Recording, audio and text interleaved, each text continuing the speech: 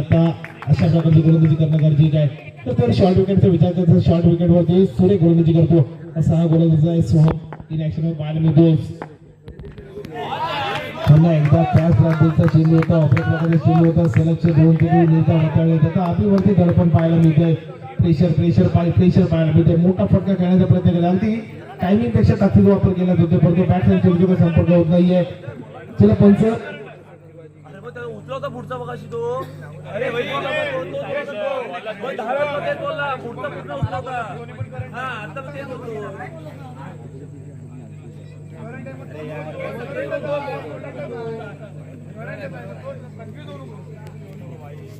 चला स्पीडअप करा पंच सागर सामन्यात जास्त उशीर करू नये.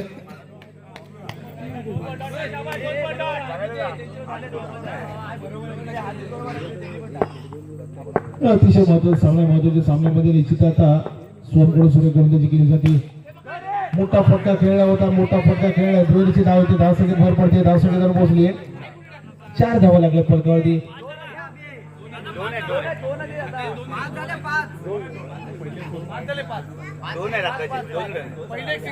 5 धावा लागल्या फलकावरती.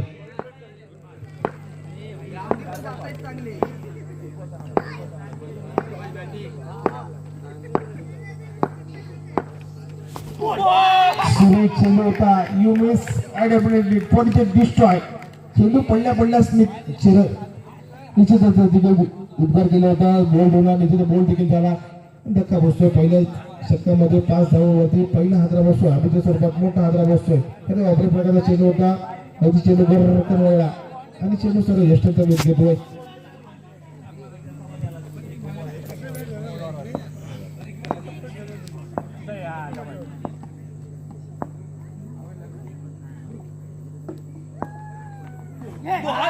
सुरेख गोलंदाजी केली जाते.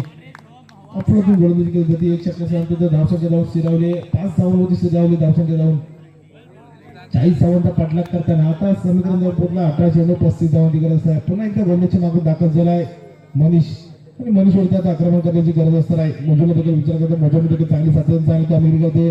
तो मनीष देखील तितकाच ताकदीचा गोलंदाज आहे. त्या देखील सातत्याची चांगली कामगिरी करतो. साध्या प्रकारची गोलंदाजी करतो आणि अचूक टप्प्यावरती नियंत्रित गोलंदाजी करणारा गोलंदाजा गुणवान खेळाडू आहे.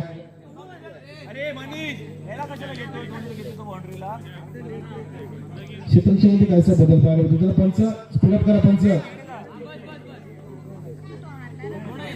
आदित्य संघ विनंती असेल जास्त वेळ खर्च करणार.